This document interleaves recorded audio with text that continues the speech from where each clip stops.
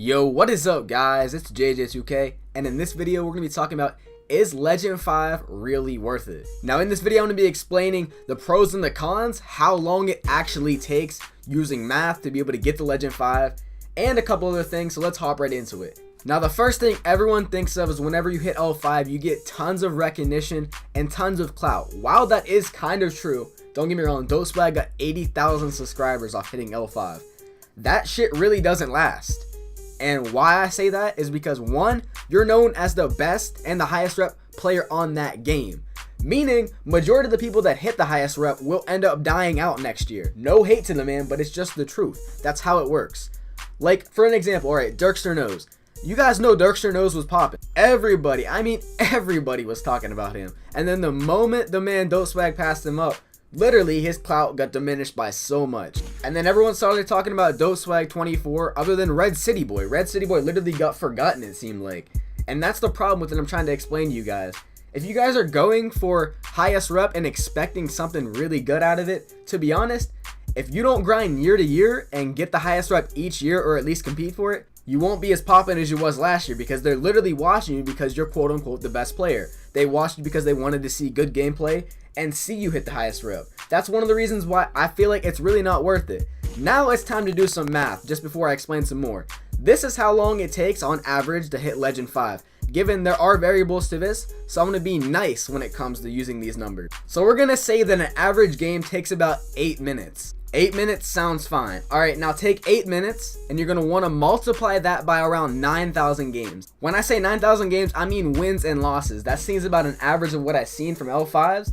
And you guys come out with 72,000 minutes. Now that really doesn't seem like a lot until you do some more math. So now we're going to take 72,000 and divide it by 60. 60 represents the amount of minutes inside of an hour, obviously. I know this is like a damn math session, but hey, just stick with me because it's very important. I'm trying to get at a point.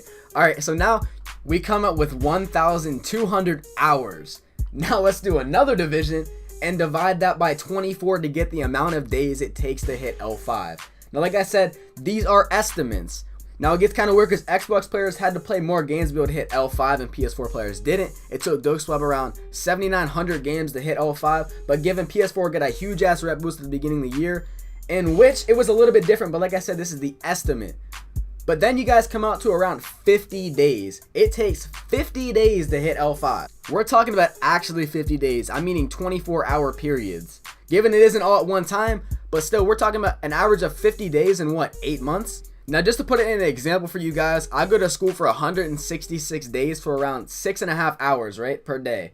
I did the math and it only takes about 1,079 hours per year to go to school. It takes 1,200 hours to hit L5. So just think about sitting inside your classroom all year and you still haven't hit L5. Literally with the amount it took you guys to be able to finish this year's school year, you're only about 3/4 of the way there to L5. Just think about that for 1 second and realize, is that really worth it? Is that really worth clout for 1 year? Is that really worth blowing up for 1 year? In my opinion, there is no question about going to L5. The amount of time and effort it takes and how unhealthy that is to be able to hit L5 is probably one of the worst decisions you can do with your body, period. I mean, literally, period. Now let's hop into the positive things about hitting L5 and being the first L5, or even like being an L5 in general. You guys do get clout, like I said, but it's usually for around 1 year. They usually end up dying out because they're known as the best player in that game. But in that year span, they do get a paycheck if they take opportunity in what they're doing. They do get a paycheck. Now, given if you guys are streaming every single day and posting daily videos being the first L5, you're obviously going to make a decent amount of money. Now with that, it comes at a cost, obviously, because like I said, it usually doesn't last forever. So with that, you're making what? I would say at least a couple grand, man. We're talking like 1 to 3. Now, some people with jobs, some people without jobs are going to say, hey, that's more than what I make. And as that might be true, you got to think how much time and effort it takes to get that. And the chance of you actually being the first, like I said, don't act like it's just you getting there. There's competition all the way up. You guys seen at least 5 of them were beating it out to get L4. Once Nate actually got banned, it was pretty much set that honestly it was either going to be Kingsos to go up from Xbox One, or from PS4, it was going to be Swag.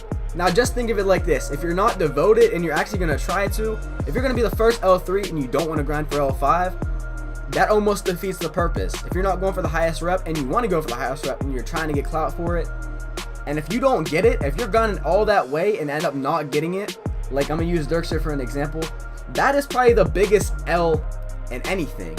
And I'm gonna say that as nice as I can. Dirkster, you took an L. I generally feel bad for you because, like I said, I already did the math and that shit hurts. And not to mention you were in school, bro, I would be feeling some type of way, bro. That would literally fuck me up for a while. Like the amount of time it took to get there and the literally just getting it thrown in your face and not even being the first L5 would seriously mess me up, dog. And that would honestly hurt. But yeah, I think I've talked a little bit too much today. But first off, I just want to address that I'm not talking shit to anybody that I mentioned. I'm just saying it is not worth getting L5 just to get a paycheck if that's what you're in for. If you just want to play the game, shit, do you. If you want to be the first L5, do you. But I'm talking about if you guys are actually trying to make something out of it, a YouTube career, a Twitch career, I would not try it. I'm just trying to address this for 2K17. And if you guys had the idea of trying to go for it, it is honestly not the best thing you could do. If you guys are just trying to be big on YouTube or Twitch, try to pursue a different type of career on 2K. Maybe post my part gameplay, something like that. But trying to be the highest rep, although it has a bunch of benefits, the cons just outweigh it way too much. And that's basically been the video. So if you guys did enjoy, hit that like button and as well as subscribe. Because once 2K17 comes out, it's a wrap, man. 100K is coming soon. 50K is on the way right now. We'll be there by, I say, the 10th or the 13th. So with that, it's been your boy JJ2K. I am out. Peace.